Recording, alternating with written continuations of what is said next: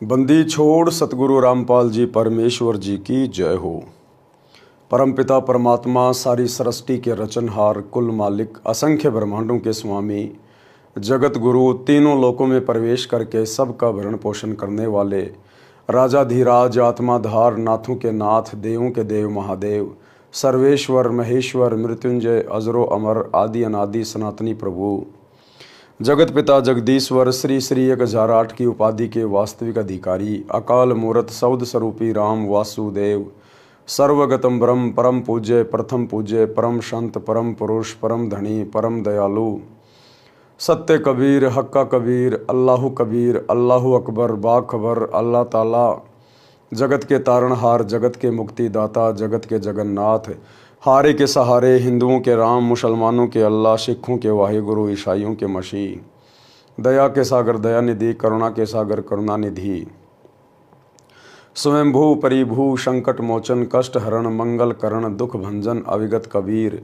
निर्विकार निर्विषम परमात्मा, अलय अलेख सतगुरु, आदि अनादि सतगुरु, असली मर्यादा पुरुषोत्तम, असली राम, असली कृष्ण, असली घनश्याम, असली मुरारी, राजाओं के राजा, महाराजाओं के महाराजा, शहंशाहों के शहंशाह, सम्राटों के सम्राट, भगवानों के भगवान, अल्लाहों के अल्लाह, प्रभुओं के प्रभु, मसीहाओं के मसीह, सच्चे वाहे गुरु, बाबाओं के बाबा, पीरों के पीर, सेठों के सेठ, जगत सेठ, सावड़सा सेठ, सर्वगुण संपन्न, अनंत कोटि कलाओं के स्वामी, अनंत कोटि ब्रह्मांडों के नायक, योगियों में महायोगी, ध्यानियों में महाध्यानी, सिद्धों में परम सिद्ध, ज्ञानियों में तत्व ज्ञानी, ब्रह्म ज्ञानी, महाज्ञानी, परम ज्ञानी, सर्वश्रेष्ठ ज्ञानी, विज्ञानी, युवा कबीर, समरथ कबीर, असमवात, अमित ओजा, सच्चे रहनुमा, करीम अल्लाह, सुभान अल्लाह, दुनिया के अंतिम पैगंबर, 8 सितंबर 1951 से गांव धनाना, जिला सोनीपत, हरियाणा, भारतवर्ष की पावन भूमि पे प्रकट रियल कल की भगवान श्री नारायण साकार हरि, श्री बाबा साहेब,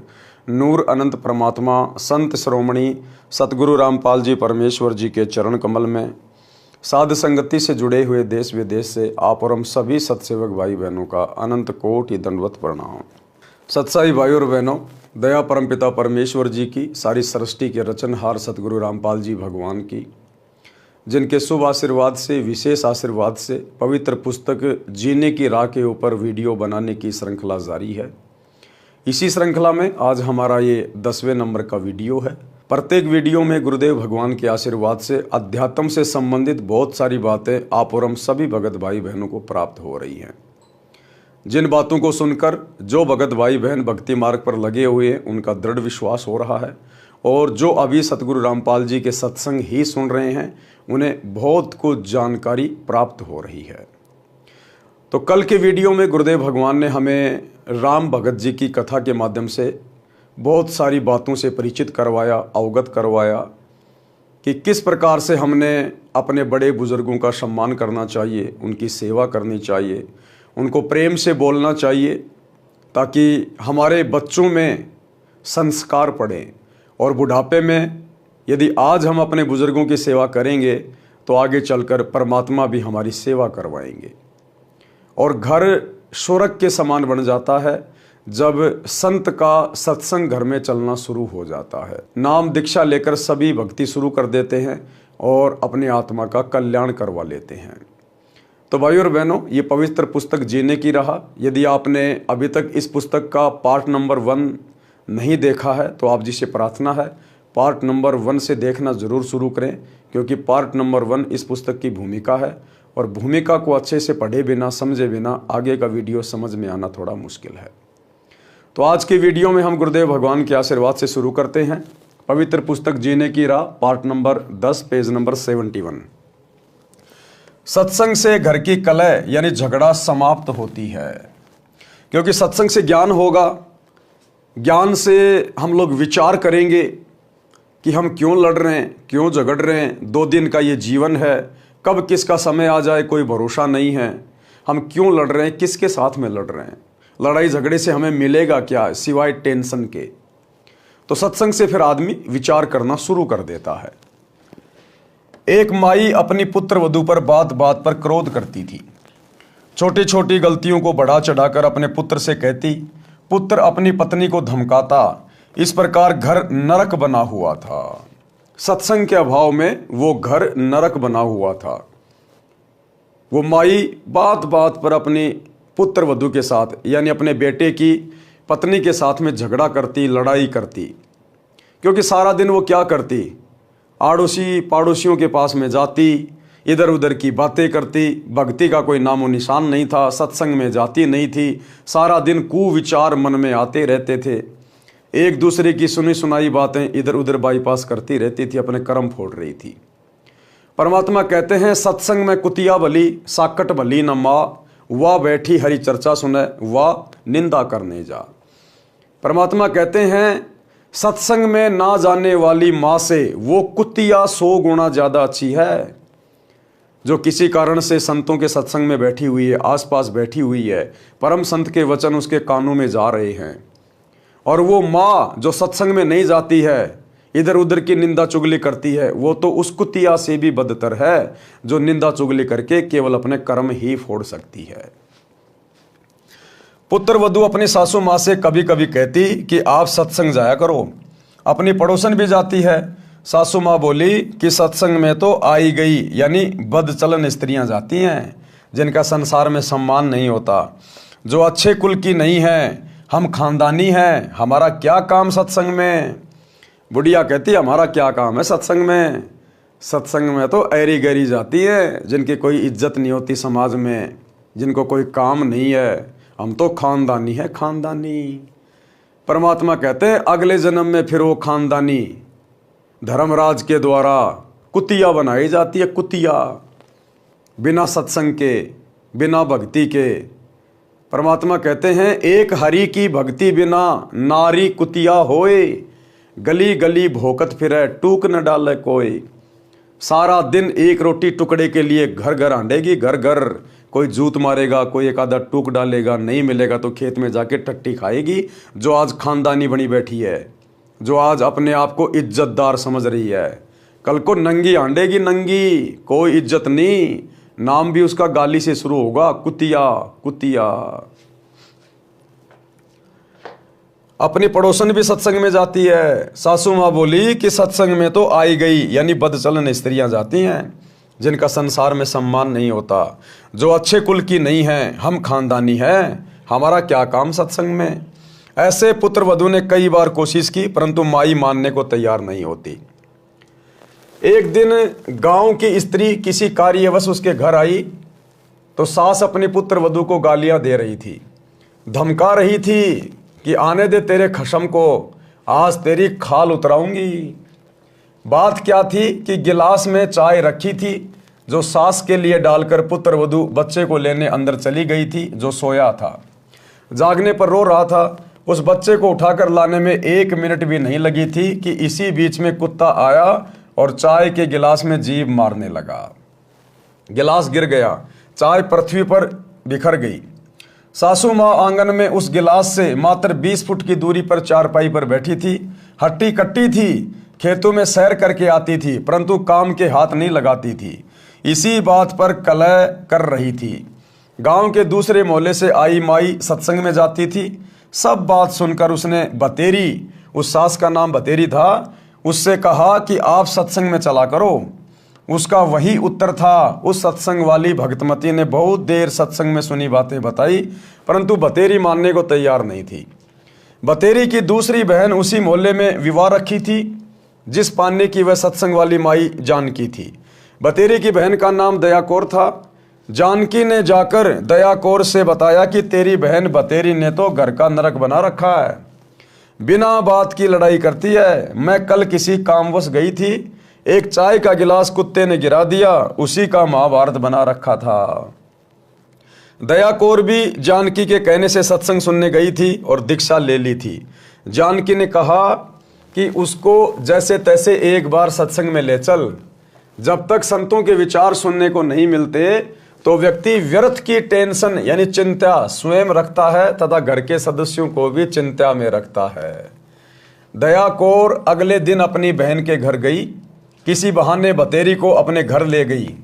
अब जो उसकी बहन थी बतेरी की दया कौर, वो किसी बहाने उसको अपने घर पे ले गई कि एक बार उसको यहाँ ले आऊं और फिर मैं इसको सत्संग में लेके जाऊंगी।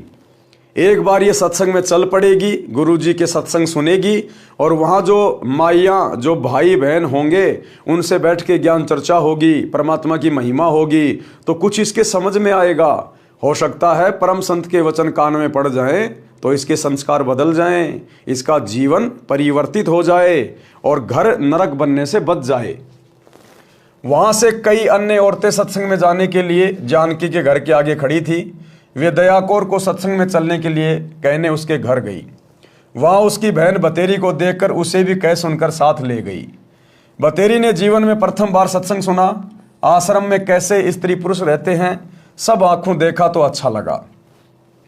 जैसा अनाप शनाप सुना करती थी वैसा आश्रम में कहीं भी देखने को नहीं मिला।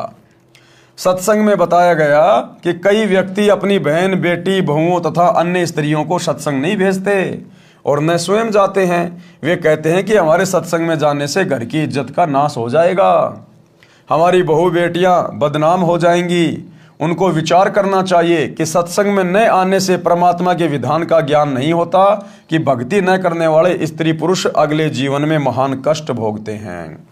अब सतगुरु तो सतगुरु ही है। आत्माएं सत्संग में आती हैं। अब परमात्मा को पता है कि कहाँ चोट करनी है, कैसे ये आत्मा सीधे रास्ते चल पड़ेगी। तो परमात्मा ने उसी बहन को आधार बनाकर और उसी की दुखती हुई नस के ऊपर चोट मार दी।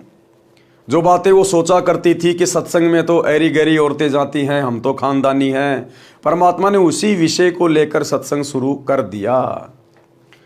सूक्ष्म वेद में बताया है कि जो मनुष्य शरीर प्राप्त करके भक्ति नहीं करते उनको क्या क्या हानि होती है। कबीर हरि के नाम बिना नारी कुतिया होए, गली गली भोकत फिरे टूक न डाले कोई। संत गरीबदास जी की वाणी से। बीबी पड़दे रहे थी, ड्योडी लगे थी बाहर, अब गात उगाड़े फिरती है वह बड़ कुतिया बाजार। बीबी पड़दे रहे थी। पुराने समय में ये ठाकुर लोग, राजपूत लोग या वैसे भी जो राजा महाराजा थे, वो अपने घर की औरतों को बाहर नहीं निकलने दिया करते थे। वो उनको पर्दे में रखा करते थे। घर के अंदर काम या तो नौकर करते थे या फिर वो खुद घर के जो पुरुष होते थे वो सारा काम किया करते थे। अपनी औरतों को घर से बाहर नहीं निकलने दिया करते थे, पर्दे में रखते थे, उनको अपने घर की इज्जत माना करते थे। तो परमात्मा कहते बिना सतगुरु की भक्ति के वो पर्दे में रहने वाली बीबी अगले जन्म में मरने के बाद परमात्मा के विधान अनुसार फिर वो पशु योनि में जाती है और फिर वो कुतिया बनती है, कुतियां। तो परमात्मा कहते हैं बीबी पर्दे रहे थी और ड्योडी लगे थी बाहर। बाहर उसके नौकरानी, नौकर वगैरह खड़े रहते थे उसकी सुरक्षा में। अब गात उगाड़े फिरती है वह बण कुतिया बाजार। अब वो नंगी होके घूम रही है। वो पर्दे में रहने वाली घर की इज्जत एक भक्ति ना करने से, सतगुरु के सत्संग ना सुनने से, अब वो गात उगाड़े फिरती है बण कुतिया बाजार। ये दुर्गति करवा ली उसने सत्संग में ना जाने से। वे पर्दे की सुंदरी सुनो संदेशा मोर। परमात्मा कहते हैं वो जो सुंदरियां, घर की इज्जत, वो स्त्रियां जो पर्दे में रहा करती थी, सुनो संदेशा मोर कि उनके बारे में सुन लो मेरी बात। गात उगाड़े फिरती हैं करे सरायों शोर। अब वो नंगी होके कुतिया बन के सरायों में शोर करती है। सराय यानी धर्मशाला।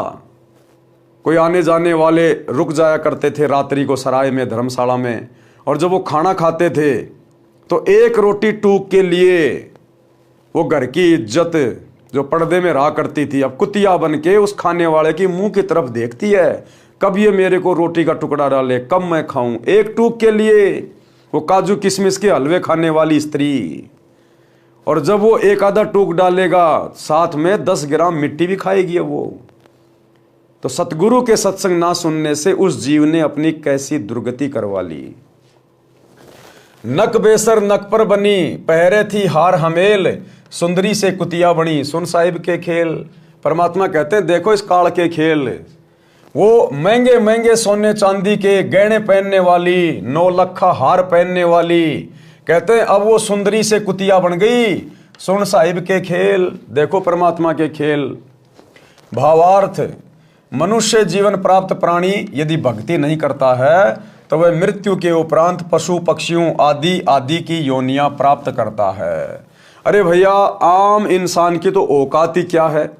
इस परमात्मा के संविधान के अनुसार, विधान के अनुसार, जिसको दुनिया भूल चुकी है, जिस प्रकार हमारे शरीर के ऊपर हमारे भारत देश का संविधान लागू होता है, इसी प्रकार शरीर के अंदर जो आत्मा है, रूह है, उसके ऊपर परमात्मा का संविधान लागू होता है।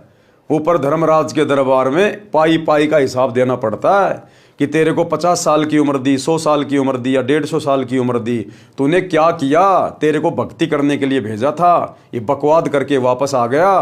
तूने जितना कमाया, जितना जोड़ा, धन या इज्जत, कहाँ है तेरी इज्जत? नंगा खड़ा है तू लाइन में। कहाँ है तेरा वो धन जो तूने पूरी जिंदगी कमाया बैल और गधे की तरह? तो फिर ये आत्मा वहां पर नीचे गर्दन करके खड़ी हो जाती है कि गलती बन गई। गलती बन गई तो भाई आप सजा भुगतो। फिर गधा, कुत्ता, सुअर, कुतिया बना दिए जाते हैं। तो परमात्मा कहते हैं कि भैया उस समय क्या जवाब दोगे परमात्मा को, जब तुम खाली हाथ जाओगे वहां पर, पशु पक्षियों की योनियों में डाले जाओगे, और आम इंसान की तो बेचारे की औकात क्या। गरीबदास जी कहते हैं, तेरी क्या बुनियाद प्राणी, तू पेंडा पंथ पकड़बो। जब देश का राजा जो भक्ति नहीं करता, पहले राजा कहा करते थे, बादशाह कहा करते थे, वजीर आजम कहा करते थे, आजकल उनको प्राइम मिनिस्टर कहते हैं, प्रधानमंत्री, राष्ट्रपति, मुख्यमंत्री, ये सब राजा हैं अपने अपने पद पर। तो गुरुदेव कहते हैं, एक हरि की भक्ति बिन राजा गधा होए, और माटी लदे कुम्हार की घास न डाले कोई। देश का राजा भी अगर सत भक्ति नहीं करता है, और सत भक्ति पूरे विश्व में वर्तमान में केवल सतगुरु रामपाल जी के पास है, बाकी भूल जाना। ये बड़े बड़े आश्रम, बड़े बड़े मठ बना के जो बैठे हैं आचार्य शंकराचार्य, दो देले की भक्ति नहीं है, अपने नरक की टिकट पक्की करवा रखी है। तो बिना सतगुरु की सत भक्ति के तो देश का राजा भी मरने के बाद में गधा बनता है। सोचिए फिर आप और हमारे जैसे आम प्राणियों की क्या औकात है। अगर भक्ति नहीं की तो ये दुर्गति यूं की यूं तैयार है, यूं की यूं तैयार। परमात्मा के नाम जाप बिना स्त्री अगले जन्म में कुतिया का जीवन प्राप्त करती है, फिर निवस्त्र होकर नंगे शरीर गलियों में भटकती रहती है। वो घर की इज्जत, वो पर्दे में रहने वाली, सोने चांदी के गहने हार पहन पहन के अपने आप को अति सुंदर मानने वाली, वो घर की इज्जत अब वो नंगी होके कुतिया बन के गली गली में भोंकती हुई फिर रही है एक रोटी टूक के लिए। भूख से बेहाल होती है, उसको कोई रोटी का टुकड़ा भी नहीं डालता। जिस समय वह आत्मा स्त्री रूप में किसी राजा, राणा तथा उच्च अधिकारी की बीवी यानी पत्नी थी, वे उसके पूर्व जन्म के पुण्यों का फल था। जब उसका मनुष्य जन्म था और वो पर्दे में रहा करती थी, किसी राजा की रानी बन के, किसी बहुत बड़े अधिकारी की पत्नी बन के, या ठुकरानी बन के, तो परमात्मा कहते हैं कि वो आत्मा उस जन्म में अपने पिछले जन्म की दान पुण्य की मलाई खा रही थी। अगले जन्म के लिए भक्ति की नहीं, दान पुण्य किया नहीं, संतों के सत्संग में गई नहीं, उसने अपनी दुर्गति करवा ली। अब वो कुतिया बन के घूम रही है राजा की रानी। वे उसके पूर्व जन्मों के पुण्यों का फल था, जो कभी किसी जन्म में भक्ति धर्म आदि किया था, वह सर्व भक्ति तथा पुण्य स्त्री रूप में प्राप्त कर लिए। जैसे आज देश का प्रधानमंत्री है या कोई मुख्यमंत्री है, बहुत बड़ा कोई उद्योगपति है जिसका दुनिया में नाम है, और भक्ति आज वो कर नहीं रहा, और भक्ति भी करता है तो खाली लोग दिखावे की, अपने केवल वोट प्राप्त करने के लिए किसी मंदिर का उद्घाटन कर दिया, किसी मस्जिद में चला गया, किसी तीर्थ पे चला गया, केवल जनता को खुश करने के लिए। और वो भक्ति भी शास्त्रों के अनुसार नहीं है। ये शास्त्रों में, किसी भी धर्म के धर्म शास्त्र में मूर्तियां बना बना के पत्थर की, सोने की, चांदी की या पीतल की, ये पूजने का आदेश नहीं है। जो मंत्र जाप हमारे धर्मगुरु देते हैं, हरे हरे, राधे राधे, श्याम मिलादे, ओम नमो भागवते वासुदेवाय, जय जय राम, हरे राम, ओम नमः शिवाय, जय जगदीश हरे, ये सब फर्जी है, फर्जी मनमाना आचरण है पूरा। किसी भी धर्मशास्त्र में जो कि प्रमाणित हैं, चारों वेद, गीता जी, कुरान, पुराण, बाइबल, आपको किसी भी धर्म ग्रंथ में इन मंत्रों के जाप करने का कोई उल्लेख नहीं मिलेगा। ये मनमाना आचरण है, मनमाना आचरण है। तो यदि वो देश का राजा, प्रधानमंत्री, मुख्यमंत्री अगर कोई भक्ति भी करता है तो वो भी शास्त्रों के विरुद्ध करता है, तो अगले जन्म में वो सीधा गधे की योनि में जाता है वो राजा। ये परमात्मा का विधान है। तो वर्तमान में वो राजा, वो मुख्यमंत्री, बहुत बड़ा कोई अधिकारी, बहुत बड़ा कोई बिजनेसमैन, कोई बॉलीवुड का हीरो हीरोइन, कोई ये क्रिकेटर, वर्तमान में यदि सतगुरु रामपाल जी की भक्ति नहीं करते हैं तो हमें वो जो ठाठ बाट करते हुए दिखाई दे रहे हैं ना, घूमते फिरते, नाचते गाते, मौज मस्ती करते, राज करते, वर्तमान में वो अपने पिछले मनुष्य जन्म की मड़ाई खा रहे हैं। जब कभी उनका इससे पहले मनुष्य जन्म था स्त्री या पुरुष का, और उन्होंने जो भक्ति की थी, दान पुण्य किया था, मंत्र जाप किए थे, उनका प्रतिफल आज वर्तमान में भोग रहा है। वो दान धर्म किया हुआ तो मिल गया, लेकिन मोक्ष नहीं हुआ, क्योंकि मोक्ष तो सच्चे सतगुरु के शरण में आने से होगा। अब वर्तमान में भक्ति वो कर नहीं रहा तो अगले जन्म में क्या मिलेगा? अगर अगला जन्म उसको मिलेगा मनुष्य का, तो बीच में 84 लाख योनियां भोगनी पड़ेंगी, एक लंबा चक्कर काट के आना पड़ेगा गधे कुत्ते सुअर बनने का। 84 लाख प्रकार की योनियां, सुनने में छोटा शब्द है, लेकिन एक गधे का जीवन देख लो, कितना कष्टमय, कितना दुखदायी होता है। तो कहते वो राजा फिर अगले जन्म में पशु योनि में जाएगा, जो आज हमारे को बहुत बड़ा पावरफुल दिखाई दे रहा है। चाहे भारत का हो, चाहे अमेरिका का हो, चाहे किसी भी देश का हो, परमात्मा के दरबार में प्रधानमंत्री गिरी नहीं चलती, ये राष्ट्रपति गिरी नहीं चलती, ये नेतागिरी केवल यही चलती है जब तक उसके पुण्य हैं। और जिस दिन यहां भी उनके पुण्य खत्म हो जाते हैं, पिछले जन्मों की भक्ति कमाई जब समाप्त हो जाती है, तो यहां भी उनकी दुर्गति होती है। उनका हेलीकॉप्टर क्रैश हो जाता है, विमान उनका क्रैश हो जाता है, एक्सीडेंट में मारे जाते हैं, बीमारी में मारे जाते हैं। सब कुछ पाप और पुण्य के आधार से चलता है।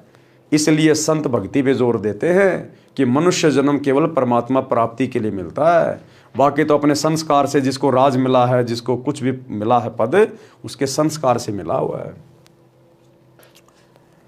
वह आत्मा ऊंचे घराने की बहु बेटियां थी, उस समय पर्दों में रहती थी, काजू किशमिश डालकर हलवा तथा खीर खाती थी। उनका जूठा छोड़ा हुआ नौकरानियां खाती थी।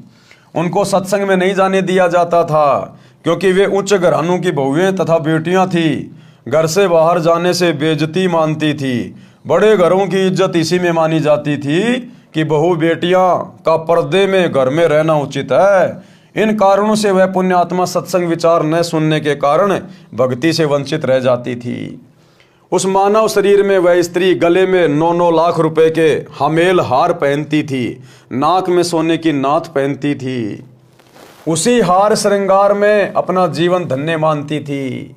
भक्ति ना करने से वे अब कुतिया का जीवन प्राप्त करके नंगे शरीर गलियों में एक एक टुकड़े के लिए तरस रही होती हैं।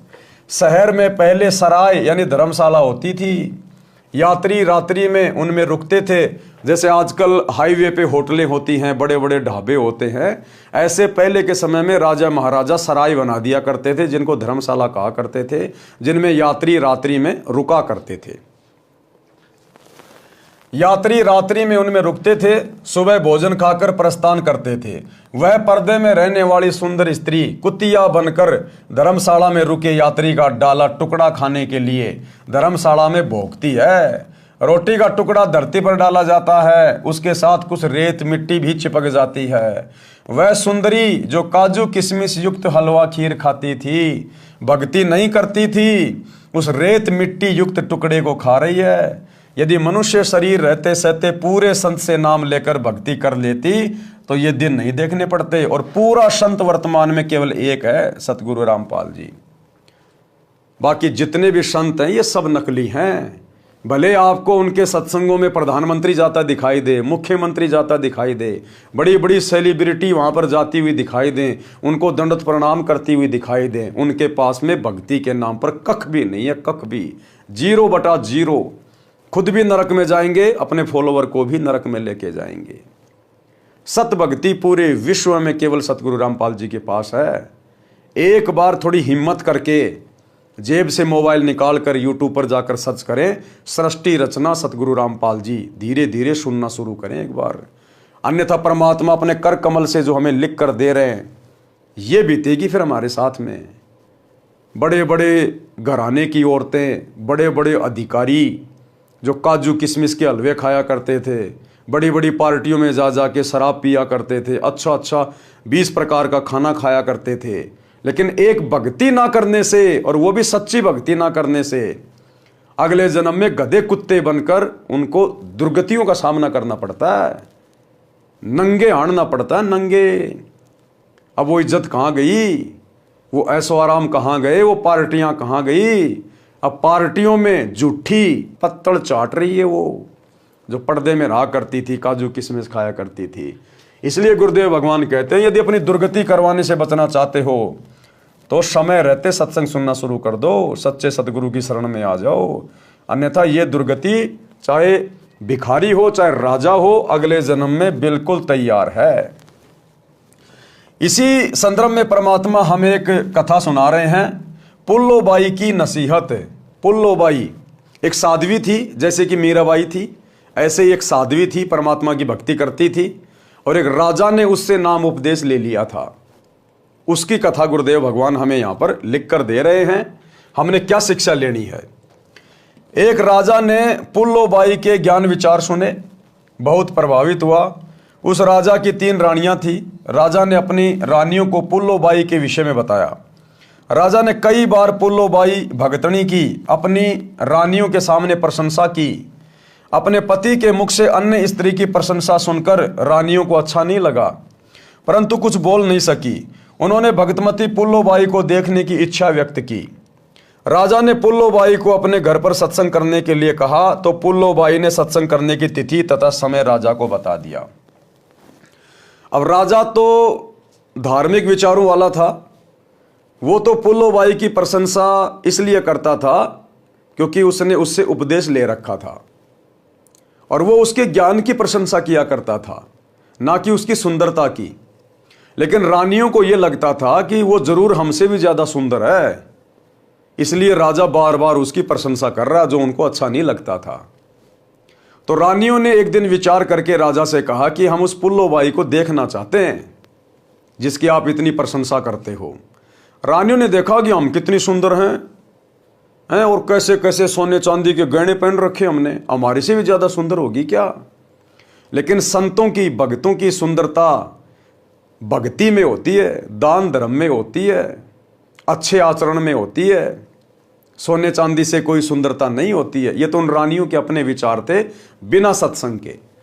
तो एक दिन राजा ने पुल्लोबाई से प्रार्थना की, तो पुल्लोबाई ने सत्संग करने का टाइम फिक्स कर दिया कि फला फला दिन मैं परमात्मा के आशीर्वाद से आपके घर पर ज्ञान चर्चा के लिए आऊंगी। तो रानियां बड़ी प्रसन्न हुई कि अब देखेंगे उस पुल्लोबाई को कितनी क्या सुंदर है। और जिस दिन वो पुल्लोबाई आई उस दिन रानियों ने और ज्यादा हार श्रृंगार मेकअप वगैरह कर लिया कि हमसे भी ज्यादा सुंदर है क्या वो। फिर पुल्लोबाई उनको अंत में क्या नसीहत देती है, क्या उनको सलाह देती है। उन्होंने भगतमती पुल्लोबाई को देखने की इच्छा व्यक्त की। राजा ने पुल्लोबाई को अपने घर पर सत्संग करने के लिए कहा, तो पुल्लोबाई ने सत्संग की तिथि तथा समय राजा को बता दिया। सत्संग के दिन रानियों ने अति सुंदर तथा कीमती वस्त्र पहने तथा सब आभूषण पहने, अपनी सुंदरता दिखाने के लिए कोई कसर नहीं छोड़ी। रानियों ने सोचा था कि पुल्लो बहुत सुंदर होगी। भगतमती पुल्लो राजा के घर आई। उसने खद्दर का मैला सा वस्त्र धारण कर रखा था, हाथ में माला थी, चेहरे का रंग भी साफ नहीं था। भगतमती पुल्लो को देखकर तीनों रानियां खिलखिलाकर हंसने लगी और बोली, ये है वो पुल्लो, हमने तो सोचा था बहुत सुंदर होगी। उसकी बात सुनकर भगतमती पुल्लोबाई ने कहा कि क्या कहा पुल्लोबाई ने अब उनकी बातें सुनकर, गहना बादा तन की शोभा, यानी तुम अपने शरीर के ऊपर जो कीमती कीमती वस्त्र पहनकर, आभूषण पहनकर जो अपनी शोभा मान रही हो ना, अपनी इज्जत मान रही हो ना, कहते हैं वस्त्र आभूषण तन की शोभा, और ये तन काचो भांडो, ये शरीर तो कच्चे मटके जैसा है, और भक्ति बिना बनोगी कुतिया, राम भजो ना रांडो। कि हे बेशरम औरतों, भक्तिहीन औरतों, बिना परमात्मा की भक्ति के आज तुम अपने शरीर की सुंदरता, ये बहुत महंगे महंगे कपड़े, सोने चांदी के आभूषणों को समझ रही हो ना, ये शरीर तो कच्चे मटके की तरह है, कब फूट जाए कोई भरोसा नहीं। और बिना सतगुरु की सतभक्ति के अगले जन्म में कुतिया बन के घूमोगी। कुतिया बिना भक्ति के बनोगी कुतिया। राम बजोना रांडो, परमात्मा का सत्संग ले लो, सतगुरु की शरण ग्रहण कर लो समय रहते और भक्ति कर लो।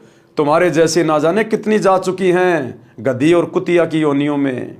तो इस प्रकार से पुल्लोबाई ने उनको समझाने का प्रयास किया। भावार्थ, सुंदर वस्त्र तथा आभूषण शरीर की शोभा बढ़ाते हैं। ये शरीर नाशवान है, जैसे कच्चा घड़ा होता है। ये शरीर क्षण भंगुर है, यानी कब नष्ट हो जाए। एक्सीडेंट में ये मर जाए, छत से गिर जाए तो ये खराब हो जाए, टूट जाए, फूट जाए, आग में ये जल जाए, जहर खाने से ये मर जाए। इस शरीर का कोई स्टैंड ही नहीं है, ये तो बिल्कुल कच्चा मटका है, क्षण भंगुर है। न जाने किस कारण से, किस आयु में और कब नष्ट हो जाए।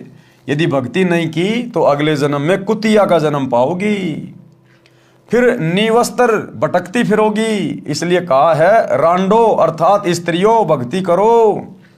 रांड शब्द विधवा के लिए प्रयोग होता है, परंतु सामान्य रीति में स्त्रियां अपनी प्रिय सखियों को प्यार से संबोधित करने में प्यारी गाली के साथ प्रयोग किया करती थी। अब शिक्षित होने पर यह शब्द प्रयोग नहीं होता। भगतमती पुल्लोबाई ने सत्संग सुनाया, कबीर परमेश्वर जी की साखियां सुनाई और क्या कहा, कबीर हरि के नाम बिना नारी कुतिया हो, गली गली भोकत फिरे टूक न डाले कोय। कबीर राम रटत कोडी भलो, चू चू पड़े जो चाम, सुंदर देही किस काम की, जा मुख नाही नाम। परमात्मा कहते हैं राम रटत कोडी भलो और चू चू पड़े जो चाम, सुंदर देह किस काम की, जामुख नाही नाम। एक व्यक्ति है, बहुत अट्टा कट्टा शरीर है, अच्छा चिकना चुपड़ा चेहरा है, अपने आप को बड़ा धन्य मान रहा है, सुंदर समझ रहा है, और राम नाम है नहीं उसके पास, यानी सच्चे सतगुरु की भक्ति है नहीं। तो परमात्मा कहते हैं वो चाहे कितना अट्टा कट्टा है, कितना सुंदर है, कितना स्वस्थ उसका शरीर है, अगले जन्म में बिना सतगुरु की भक्ति के 84 में जाएगा, पशु पक्षियों की योनियों में कष्ट उठाएगा। और एक ऐसा व्यक्ति है जो बीमार है, कोढ़ जैसा रोग लगा हुआ है, लेकिन परमात्मा का नाम मिला हुआ है, अपनी भक्ति करता है। कहते हैं वो शरीर त्यागने के बाद में मोक्ष प्राप्त करेगा और परमात्मा की भक्ति से उसका भयंकर से भयंकर रोग भी ठीक होगा, क्योंकि ये लक्षण है, ये गुण है परमात्मा की भक्ति के। परमात्मा अंधे को आंख देता है, कोढ़ी को काया देता है, बांझ को पुत्र देता है, निर्धन को माया देता है। ये गुण है परमात्मा के। तो कहते हैं राम रटत कोडी बलो, चू चू पड़े जो चाम। जिसका शरीर बीमारी से खराब हो रहा है लेकिन भक्ति कर रहा है, कहते हैं उस सुंदर व्यक्ति से लाख गुना अच्छा है वो, जिसका शरीर स्वस्थ नहीं है लेकिन जो भक्ति कर रहा है। क्योंकि ये मनुष्य शरीर भक्ति करने के लिए मिलता है। ये बकवाद करते हुए तो हमें असंख्य जन्म हो गए, असंख्य जन्म। ये कोई पहला मनुष्य जन्म नहीं हमारा, ना जाने आज से पहले कितने करोड़ों अरबों हमारे स्त्री पुरुष के मानव जन्म हो चुके हैं। हमने उन जन्मों में ये बकवादें तो करी हैं और हर जन्म को बर्बाद करने के बाद हम फिर 84 लाख योनियों में गए। अब की बार हमारा दाव लगा इस भक्ति युग में। परमात्मा धरती पर सशरीर प्रकट हैं सतगुरु रूप में। एक बार सत्संग सुनना शुरू करो। तो परमात्मा कहते हैं राम रटत कोडी भलो, चू चू पड़े जो चाम, सुंदर दे किस काम की, जा मुख नाही नाम। कबीर नहीं भरोसा देही का, विणस जावे छिन्न माही, श्वास उसास में नाम जपो और यतन कछु नाई। परमात्मा कहते हैं ना जाने ये तुम्हारा शरीर कब छूट जाएगा, इसका कोई भरोसा नहीं है। लिखा हुआ नहीं है कि तू 40 साल जिएगा, 50 साल जिएगा। परमात्मा के कागजों में तो लिखा है, लेकिन तुम्हें नहीं पता इस बात का। इसलिए अपनी मृत्यु को अति निकट समझकर, संतों के सत्संग सुनकर, ज्ञान से परिचित होकर उनके शरण लेके अपनी आत्मा का कल्याण कराओ। नहीं भरोसा देही का, ये विनस जाए छिन माही, 1 सेकंड नहीं लगती कब ये मर जाएगा, एक्सीडेंट में, भूकंप में, बीमारी से। कहते हैं श्वास ऊ श्वास में नाम जपो और यतन कछु नाई। सतगुरु तुम्हें जो मंत्र दीक्षा देगा उसको श्वास ऊ श्वास से जपो, यानी सतगुरु जो विधि बताएगा उस विधि से भक्ति करो, मंत्रों का जाप करो, तब इस मनुष्य जन्म का कोई फायदा है। कबीर श्वास ऊ श्वास में नाम जपो, व्यर्थ श्वास मत खो, ना जाने इस श्वास को आवन हो के न होए। गरीब सर्व सोने की लंका थी, रावण से रणधीरम, एक पलक में राज्य गया जम के पड़े जंजीरम। कि वर्तमान में तुम्हारी औकात क्या है, हम हैं क्या, हैसियत क्या है। मालिक कहते हैं मर्द गर्द में मिल गए, जिनको वास्तु में हम लोग मर्द कह सकते हैं, जो वास्तु में ताकतवर थे, बलवान थे, जिनके पास में धन था, पावर थी, रावण जैसे, कंस जैसे, हिरण्यकशिपु जैसे। कहते मर्द गर्द में मिल गए, वो भी मिट्टी में मिल गए, बिना सतभक्ति के, बिना सतगुरु की सत्संगति के। मर्द गर्द में मिल गए रावण से रणधीरम, कंस केश चानोर से हिरणाकुश बलवीरम। कहते हैं तुम्हारी तो औकात क्या है, वर्तमान में 5-5 फुट के, 6-6 फुट के, 6.5 फुट के, पता नहीं क्या समझने लग जाते हैं अपने आप को। रावण की 150 फुट की हाइट थी, 150 फुट की। रोजाना 100 जोटों का मांस खाता था, 100 मटके दारू के पीता था रावण। अब ये बातें तुम्हारे समझ में कम आएंगी। एक बार सतगुरु के सत्संग सुनना शुरू करो, तब पता चलेगा इस दुनिया में कैसे कैसे बलवान होके जा चुके हैं। भीम द्वापर युग में, जिसमें 10,000 हाथियों जितनी पावर थी। आज एक कुत्ता बस में नहीं आता इंसान के, एक कुत्ता पीछे लग जाए तो आदमी आगे होके भग लेता है। और फिर भी ना जाने अपने आप को क्या समझ के रखते हैं कि हमारे से बड़ा बलवान कोई है नहीं। 4 दिन कोई सिंगल हड्डी आदमी जिम में क्या चला जाता है, शर्ट फाड़ने को हो जाता कि बस मेरे से बड़ा तो कोई है नहीं, हट जाओ सामने से सारे, नहीं तो फोड़ दूंगा। तो परमात्मा कहते हैं यहां रावण जैसे चले गए, जिन्होंने भगवान शंकर के कैलाश पर्वत को भी हिला दिया था। तुम्हारे से 1 क्विंटल का पत्थर नहीं हिलता आज। कहते हैं वो बिना सतगुरु की सतभक्ति के कुत्ते वाली मौत मरे, कुत्ते वाली मौत है। और आज कहीं चूहे बन के जमीन में बिल खोद के रह रहे हैं वो। तो कहते हैं वर्तमान में 5-5 फुट के इंसानों, तुम्हारी क्या औकात है, तुम्हारी क्या वैल्यू है अगर भक्ति नहीं करी तो। कहते हैं सर्व सोने की लंका थी, रावण से रणधीरम। रावण 1 लाख पूत 1.25 लाख नाती, उस रावण के दीवाना बाती। रावण के 1 लाख बेटे थे, एक से बढ़कर एक, और 1.25 लाख रिश्तेदार थे उसके। कहते हैं आज उसके घर में कोई दीपक जलाने वाला भी नहीं है, उसका खानदान समाप्त हो गया। आज जिसके घर में 2-4 बेटे हो जाए ठीक ठाक से, पूरे गांव को धरना चाहता है, अगले जन्म में चूहा बन के बिल बना के रहेगा, दुनिया को दुखी करने वाला। सर्व सोने की लंका थी, रावण से रणधीरम, एक पलक में राज्य गया जम के पड़े जंजीरम। गरीब मर्द गर्द में मिल गए, रावण से रणधीरम, कंस केश चानूर से हिरणाकुश बलवीरम। और तेरी क्या बुनियाद है, जीव जन्म धर लेत। गरीबदास जी कहते हैं हे कलयुग के इंसान, तेरी क्या औकात है उन पहले वाले महापुरुषों के सामने। तेरा तो जीव शरीर है, जीव। तेरी तो कोई वैल्यू नहीं है, ना तो कोई ताकतवर है, ना ऐसा तो कोई धनवान है, कोई पैसे वाला है। आज कुछ नहीं है तेरे पास में, कब तेरी फूक निकल जाए कोई भरोसा नहीं है। गरीब तेरी क्या बुनियाद है, जीव जन्म धर लेत। और गरीब दास हरि नाम बिना खाली रह जा खेत। सच्चे सतगुरु की भक्ति कर ले, अन्यथा भक्ति के बिना तेरा ये मनुष्य जन्म खाली रह जाएगा और यमराज के दरबार में जाके मुंह लटकाएगा, सीधा 84 लाख योनियों में ठोकेगा। शब्दार्थ कबीर परमेश्वर जी ने अध्यात्म का विधान बताया है, यानी परमात्मा का संविधान बता रहे हैं। कहा है कि जो स्त्री भक्ति नहीं करती वह अगले जन्म में कुतिया का जीवन प्राप्त करके गली गली भौंकती फिरती है। कोई उसको भोजन का ग्रास भी नहीं डालता। मानव जीवन में सब भोजन समय पर मिल रहा था, भक्ति ना करने से ये दशा होगी। परमात्मा की भक्ति कुष्ठ रोगी, जिसके शरीर की खाल भी कट कट कर गिर रही है, उससे रक्त निकल कर गिर रहा है, यदि वो भी करता है तो बहुत अच्छा है।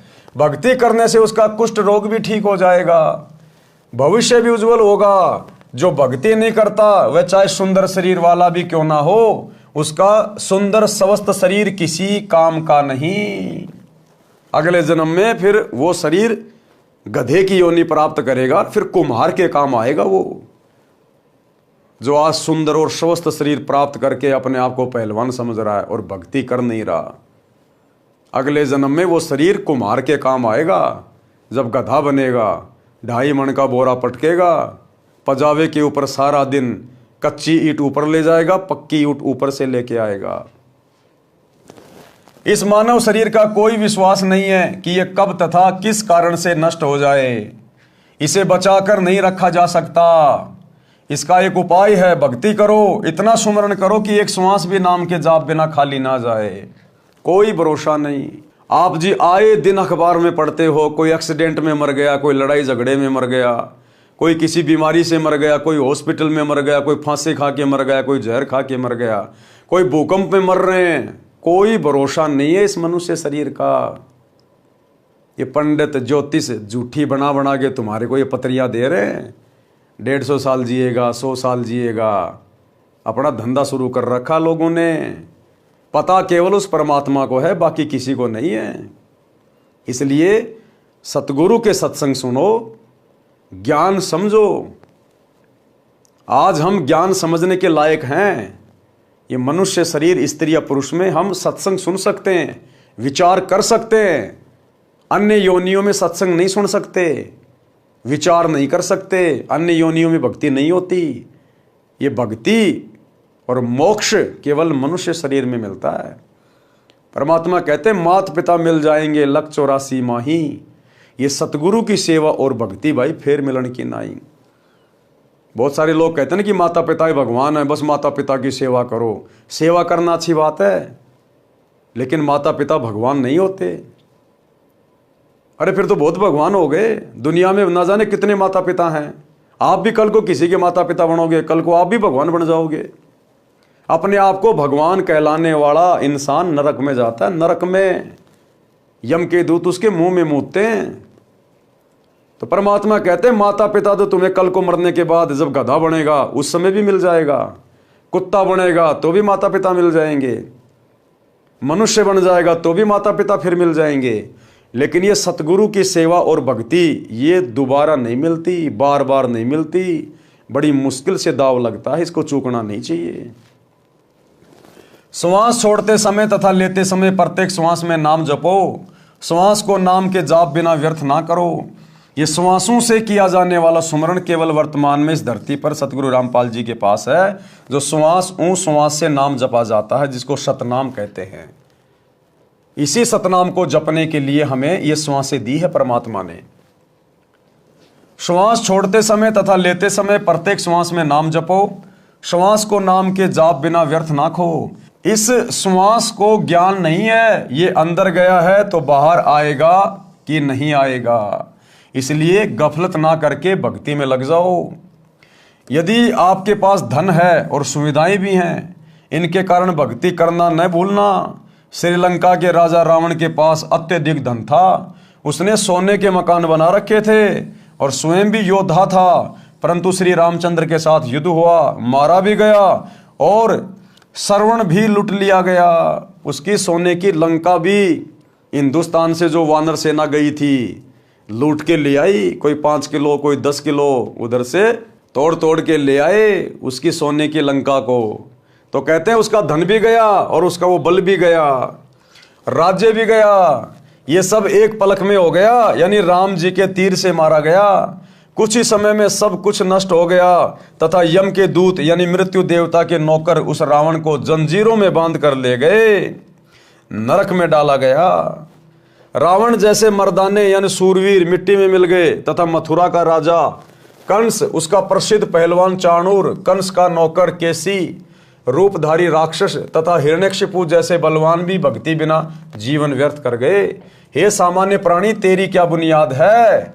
यानी तू किस आधार से बचेगा? तू कर्मों के अनुसार भिन्न भिन्न जीवों के शरीर धारण कर लेता है।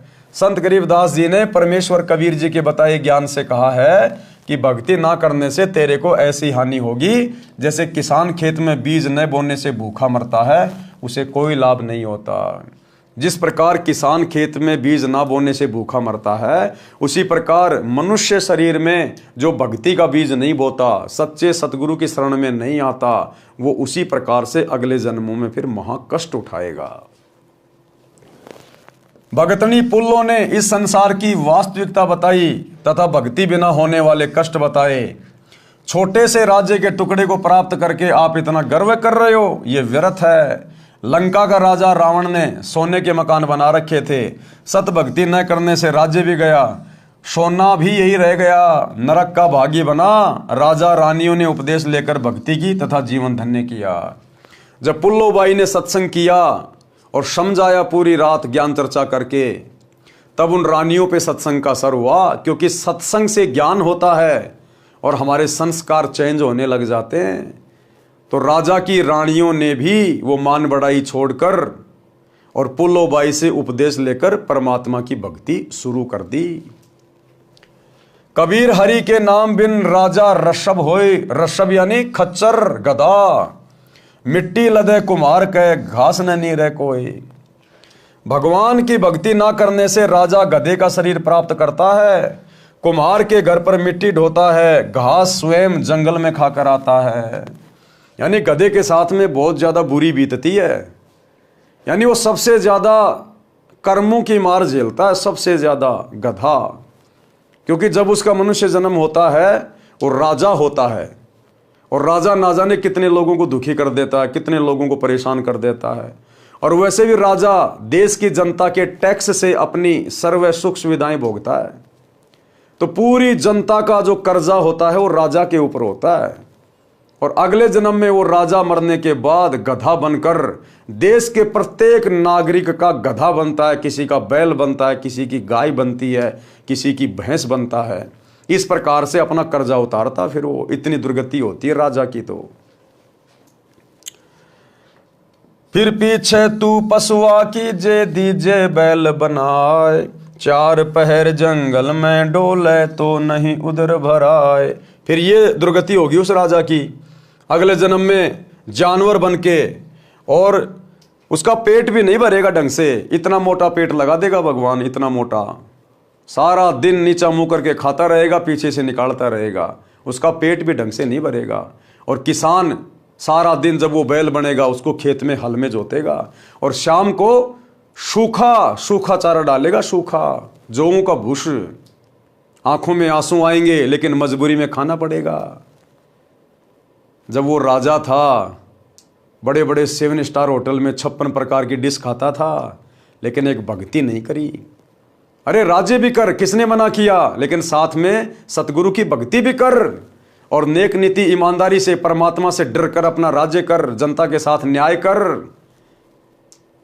राजा को यदि सत्संग मिल जाए, सच्चा गुरु मिल जाए, तो राजा को फिर ज्ञान होगा कि सदा राजा नहीं रहूंगा, कल को शरीर छोड़ के जाना पड़ेगा, परमात्मा को जवाब भी देना पड़ेगा। अगर परमात्मा ने तुझे इतनी बड़ी जिम्मेदारी दी है पूरे देश की, तो तेरे पास अच्छा अवसर है देश की सेवा करने का। राजा तो बहुत अच्छी प्रकार से भक्ति कर सकता है, क्योंकि राजा के पास धन की कमी नहीं होती। वो दान धर्म खूब कर सकता है, भंडारे कर सकता है, अपने शुभ कर्म बना सकता है, लेकिन बिना ज्ञान के वो उल्टे अपने कर्म फोड़ के जाता है और अगले जन्म में पशु योनि में जाता है। तो गुरुदेव कहते हैं फिर 56 प्रकार के भोजन खाने वाला, फिर वो कुर्डियों पे डोलता है, गंदगी खाता, फिर वो गधा बन के। सिर पर सींग दिए मन बोरे, धूम से मच्छर उड़ाए। फिर कहते हैं वो बैल बनेगा, उसके सिर पे 2 सींग लग जाएंगे और धूम से मच्छर उड़ाए। आज जो एसी में सोता है, कल को फिर बैल बनेगा ना, फिर उसके एक पूंछ लगा दी जाएगी, वो पूंछ ही उसका पंखा होगी, वो ही उसकी कूलर होगी, वो ही उसकी एसी होगी, उसी से अपने मच्छर और मक्खियां उड़ाएगा फिर वो राजा। तो कहते हैं सिर पर सींग दिए मन बोरे, धूम से मच्छर उड़ाए, और कांधे जुआ जोते कुआ, कोंदू का बुशकाए। उसको फिर किसान खेत में जोतेगा, खेत से पानी निकालेगा चड़स से, और खाने को क्या मिलेगा, कोंदू का भूस, जोक का चारा मिलेगा, जोक का भूस, जो बहुत तीखा होता है, चुभता है, लेकिन खाना पड़ेगा। अब वो राजा थोड़ी है जो उसके लिए 20 प्रकार की सब्जियां और 3 प्रकार की चपाती लेके आएंगे। भक्ति करता तो परमात्मा फिर से उसको मनुष्य जन्म देता, कोई बड़ा अधिकारी बनता, हो सकता राजा बन जाता, फिर से उसको वही सुविधाएं मिलती। लेकिन उसने अपनी बात बिगाड़ ली एक सच्चे सतगुरु की शरण ग्रहण ना करने के कारण। भावार्थ, गधे का शरीर पूरा करके वह प्राणी बैल की योनि प्राप्त करता है। कौन? वो राजा, वो अधिकारी जो भक्ति नहीं करता। मानव शरीर में जीव को कितनी सुविधाएं प्राप्त थी। भूख लगते ही खाना खाओ, दूध पियो, चाय पियो, प्यास लगे तो पानी पी लो। भक्ति ना करने से वही प्राणी बैल बनकर सुबह से शाम तक 4 पहर अर्थात 12 घंटे तक जंगल में फिरता है। हल में जोता जाता है। दिन में केवल 2 बार आहार बैल को खिलाया जाता है, दोपहर 12 बजे तथा रात्रि में। परंतु बैल को बीच में भूख लगी है और चारों ओर चारा भी पड़ा होता है, लेकिन खा नहीं सकता। हाड़ी उसको घास नहीं खाने देता। पानी भी समय पर ही दिन में 2 या 3 बार पिलाया जाता है। सिर पर सींग तथा एक दुम यानी पूंछ लगी होगी। जब मानव शरीर में था तब वह जीव कूलर, पंखे तथा एसी कमरे में रहता था। अब एक दुम है, इसको चाहे कूलर की जगह चाहे पंखे की जगह प्रयोग करो, उसी से मच्छर उड़ाता है। कहते हैं ऐसी दुर्गति होगी एक सतगुरु की भक्ति के बिना। सत्संग में यह भी बताया गया है कि घर में कलह का कारण परमात्मा के विधान को न समझकर संसार के भाव में चलना है। घर का कोई सदस्य घर में हानि नहीं करना चाहता, किसी कारण से हानि हो जाती है तो उसको लेकर कलह नहीं करनी चाहिए। जो हानि होनी थी वह तो हो चुकी है, वह तो ठीक नहीं होगी। व्यर्थ की कलह करना समझदारी नहीं है। लेकिन ये विचार तो भाई और बहनों उस समय उत्पन्न होंगे जब हम सच्चे सतगुरु की शरण में आके सत्संग सुनना शुरू करेंगे कि भैया जानबूझ के कोई घर में नुकसान नहीं करना चाहता, ना सास, ना बेटा, ना बेटे की बहू। जानबूझ के कोई हानि नहीं करेगा अपने घर में। जो होनी होती है वो हो गई, अब वो ठीक तो हो नहीं सकती। अब व्यर्थ में झगड़ा करके, लड़ाई करके तुम घर में अशांति पैदा कर सकते हो। लेकिन ये विचार आएंगे सत्संग में जाने से, सत्संग सुनने से। और जो सत्संग नहीं सुनता वो क्या करेगा सारा दिन? घर की औरतें क्या करेंगी? 24 घंटे तो घर में रहती नहीं है। आड़ोस पड़ोस में औरतों के साथ जाएंगी, बड़ी बुढ़ियों के पास बैठेंगी, वो ना जाने कहाँ की बातें बताएंगी। उसकी बहू ऐसी, उसकी सास ऐसी, वो निकम्मी है, वो ऐसी है, उसने ये कर दिया, उसने वो कर दिया। फिर वैसी बातें वो बुढ़िया शाम को अपने घर पे आके अपनी पुत्र वधू के साथ करेगी, उसके साथ में लड़ाई झगड़ा करेगी। आप जी कहीं काम धंधा करते हैं, मजदूरी करते हैं, ऑफिस में काम करते हैं, आपको वो ही अपने यार दोस्त 10-12 घंटे आपके संपर्क में रहेंगे, इधर उधर की व्यर्थ की बातें करेंगे। तो सत्संग के बिना इंसान में सुविचार उत्पन्न नहीं हो सकते, और सुविचार उत्पन्न हुए बिना घर में लड़ाई झगड़ा ही रहेगा। व्यर्थ का वाद विवाद किसी न किसी बात को लेके उत्पन्न हो ही जाएगा। जो हानि होनी थी वह तो हो चुकी है, वह तो ठीक होनी नहीं। व्यर्थ की कलह करना समझदारी नहीं है। जिससे गलती से कोई हानि हो जाती है तो उसे कहना चाहिए, हे बेटा बेटी, माता पिता या सास बहू, ये जो हो गया यह अपने भाग्य में नहीं था, आपने जानबूझकर तो किया नहीं है। इस बात से घर में शांति कायम रहती है। कलह में काल निवास करता है, लड़ाई झगड़े में कौन निवास करता है? काल। भूत प्रेतों का उस घर में डेरा होता है। जिस घर में सतगुरु का सत्संग नहीं, सतगुरु की शरण नहीं, उस घर में भूत प्रेतों का निवास होता है। और वही भूत प्रेत एक दूसरे में प्रेरणा करके सास बहू में, बेटा बाप में, वो भूत प्रेत ही उस घर में लड़ाई झगड़ा करवाते हैं। और जिस दिन आप सतगुरु की भक्ति ले लोगे, सतगुरु से उपदेश ले लोगे, वो भूत प्रेत कभी झांकेंगे भी नहीं उस घर की तरफ, कभी झांक कर भी नहीं देखेंगे। इतनी पावरफुल है सतगुरु की भक्ति, केवल सतगुरु रामपाल जी की भक्ति, अन्य की नहीं। अन्य तो खुद ही भूत है। वो कलह में काल निवास करता है, भूत प्रेतों का उस घर में डेरा होता है। जो कलह नहीं करते वे सुख से बसते हैं। जिस घर में परमात्मा की भक्ति यानी आरती, स्तुति, ज्योति यज्ञ होती है, उस घर में देवताओं का निवास होता है। यानी सतगुरु के भगत तो खुद ही देवता स्वरूप होते हैं, खुद ही देवता स्वरूप। सत्संग सुनकर सब अपने अपने घर चली गई। यानी बतेरी की बहन दयाकोर और अन्य जितनी भी औरतें थी वो सत्संग से वापस आई और अपने अपने घर चली गई। लेकिन भाई और बहनों, बतेरी जिस सत्संग में गई थी वो सत्संग ओरिजिनल नहीं था। जिस गुरु से वो नाम दीक्षा लेके आई थी अपनी बहन के कहने से, वो शास्त्र अनुकूल साधना नहीं देता था। लेकिन फिर भी सत्संग सुनने से अच्छाई इंसान में उत्पन्न होती है।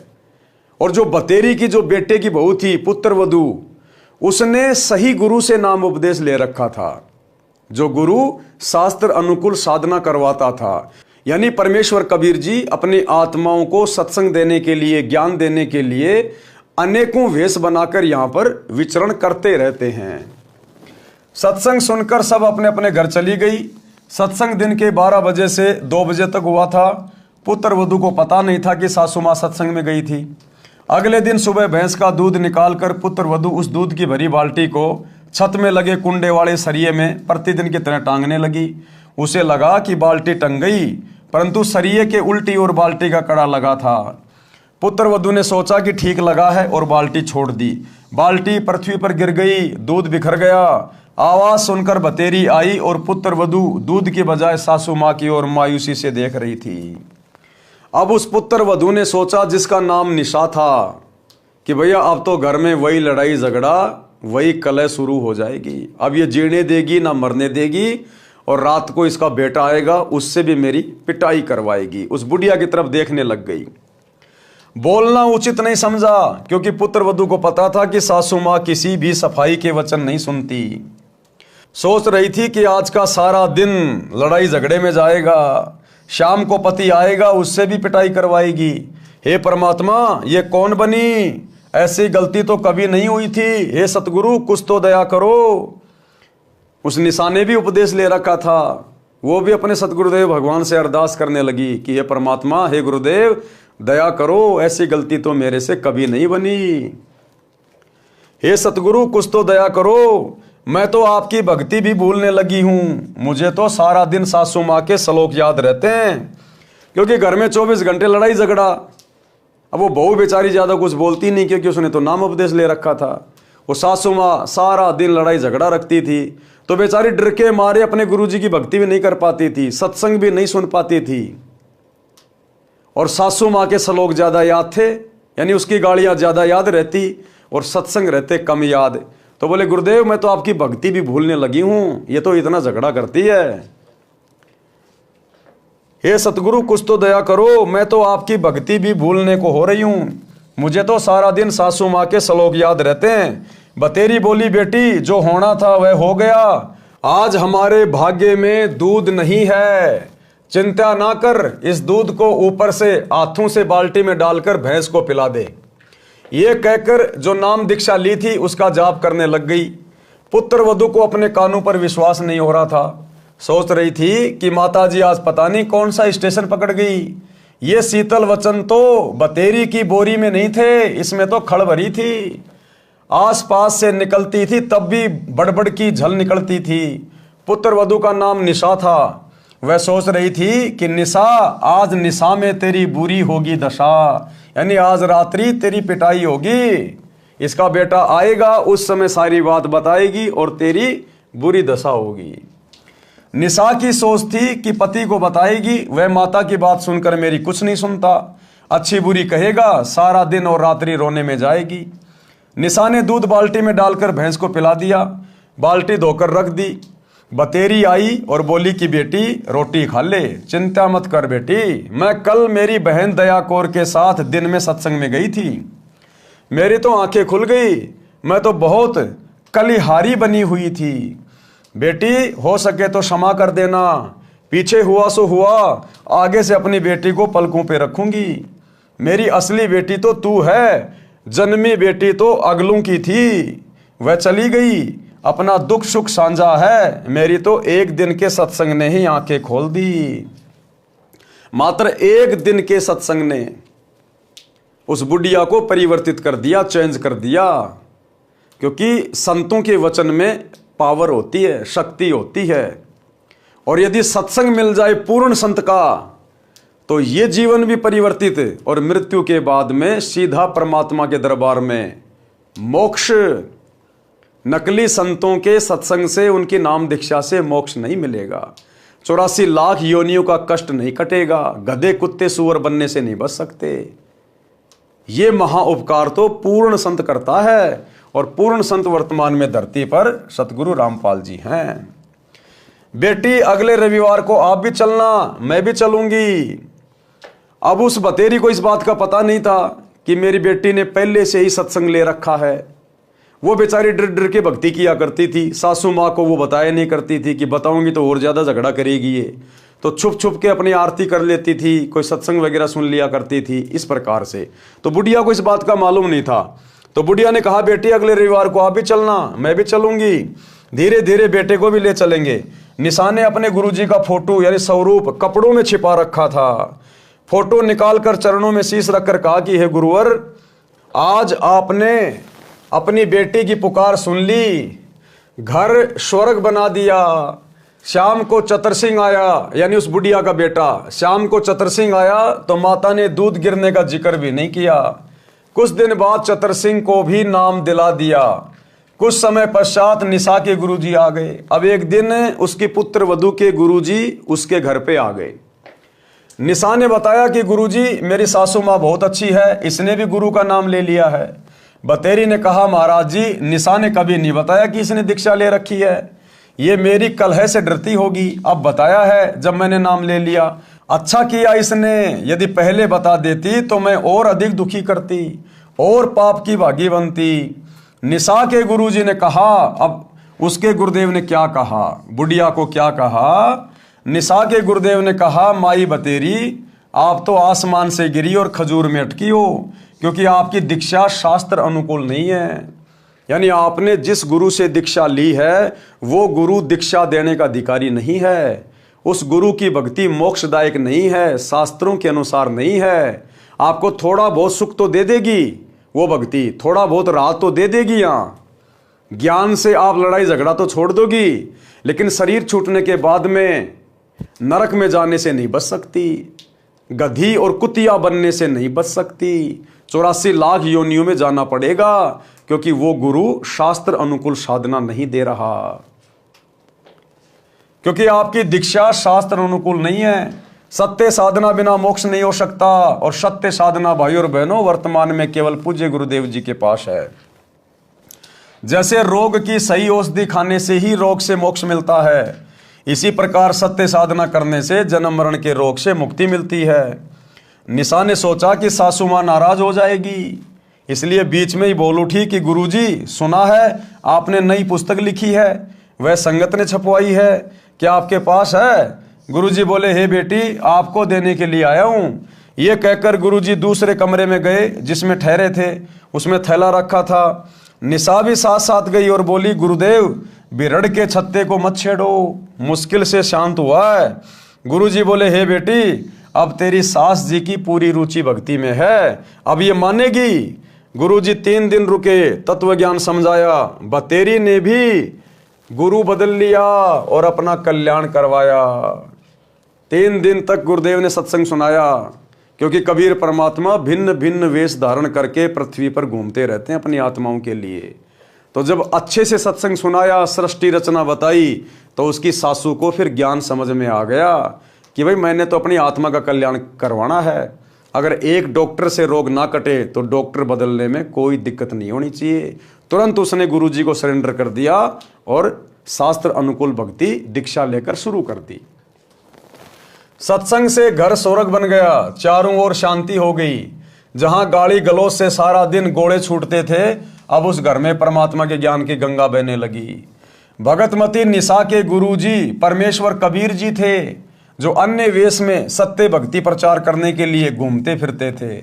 उन्होंने बताया कि किस प्रभु की भक्ति करनी चाहिए, पढ़ें इसी पुस्तक के पेज नंबर 226 पर। निष्कर्ष, परमेश्वर कबीर जी ने बताया है कि मन नेकी कर ले 2 दिन का मेहमान, कि हे जीवात्मा, क्या फूला फूला फिर रहा है, ये 2 दिन का जीवन है, यानी छोटी सी तेरी उम्र है, और कब परमात्मा के घर जाना हो जाए कोई भरोसा नहीं है। ऊपर जाकर क्या जवाब देगा, क्या हिसाब किताब देगा। समय रहते भक्ति कर ले।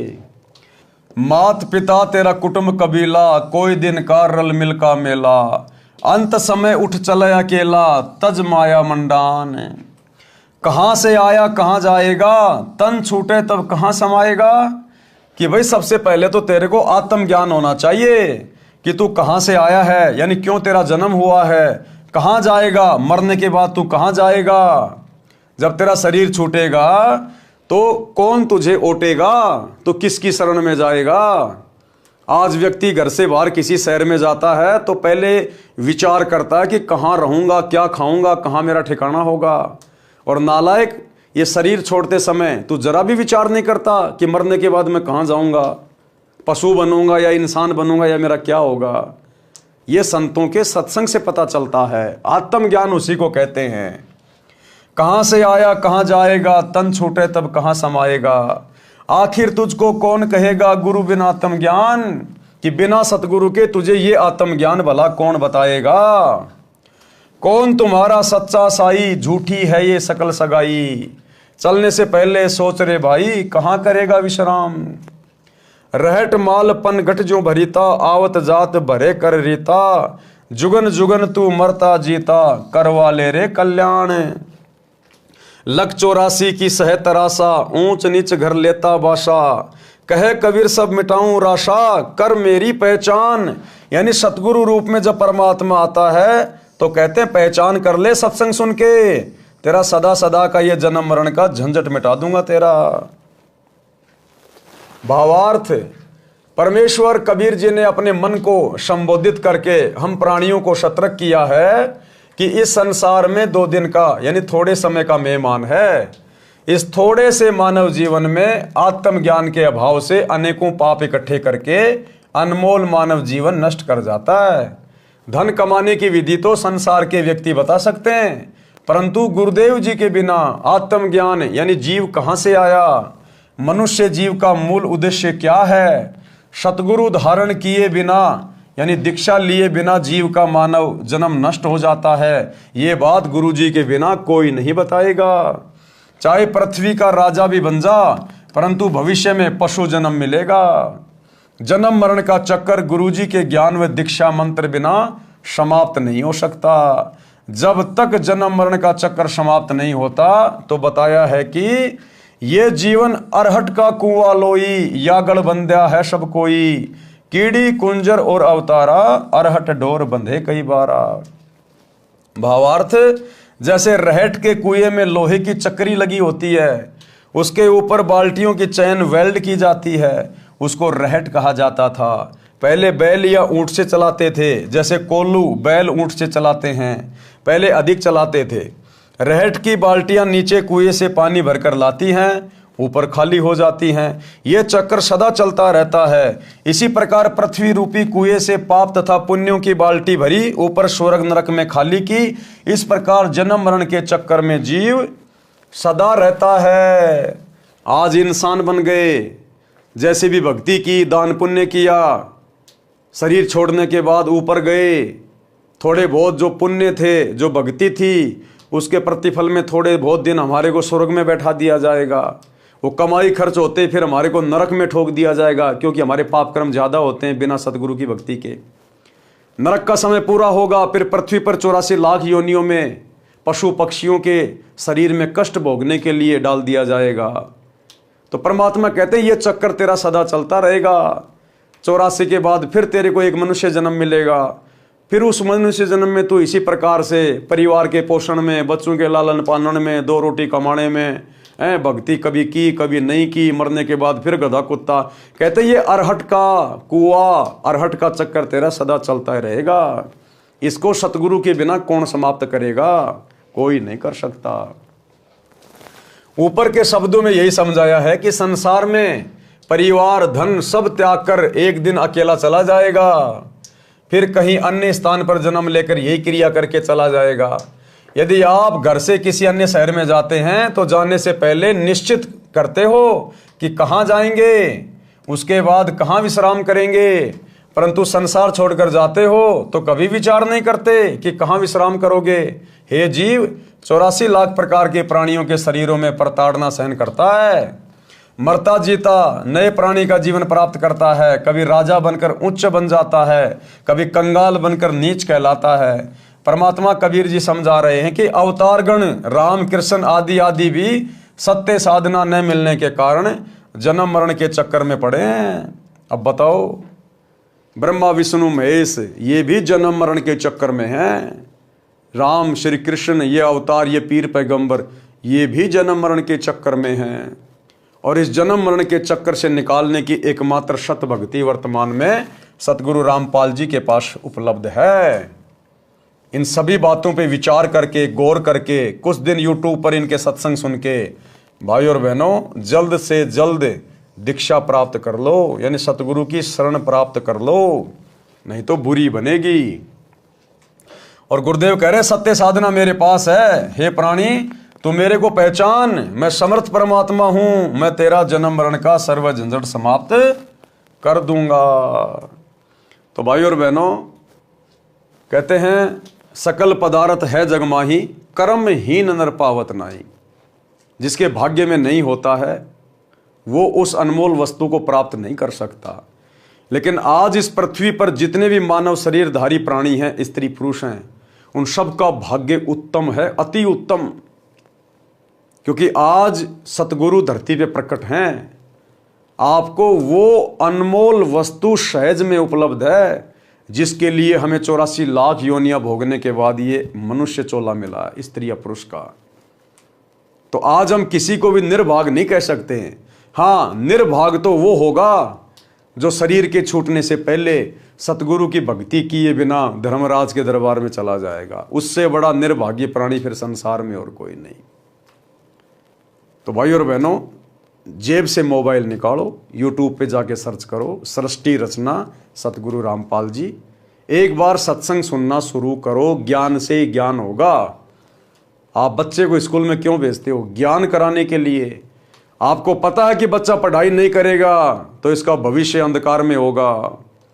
इसी प्रकार सतगुरु को पता होता है, संत को पता होता है, अगर इस मनुष्य शरीर से ये भक्ति वाली पढ़ाई नहीं की तो आगे इसके जन्म जन्मांतर अंधकार में चले जाएंगे। अंधकार में गधा कुत्ता बन के असहनीय कष्ट भोगेगा ये प्राणी।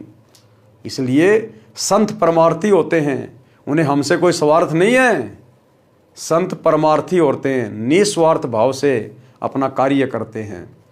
तो सत्संग सुनकर अपने जीवन को धन्य करें। तो भाई और बहनों आज के वीडियो में केवल इतना ही। कल रात्रि 8 बजे सभी भाई बहन आगे के वीडियो के लिए दास के फेसबुक पेज पवन दास इस लाइव के ऊपर लाइव जुड़िए। तब तक गुरुदेव भगवान हम सबको आज्ञा दे, इजाज़त दे, सद्बुद्धि दे, आशीर्वाद दे। बंदी छोड़ सतगुरु रामपाल जी भगवान की जय हो।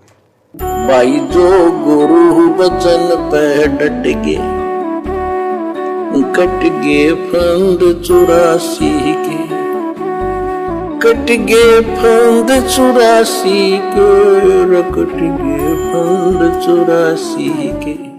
भाई जो गुरु बचन पे डट गे, कट गे फंद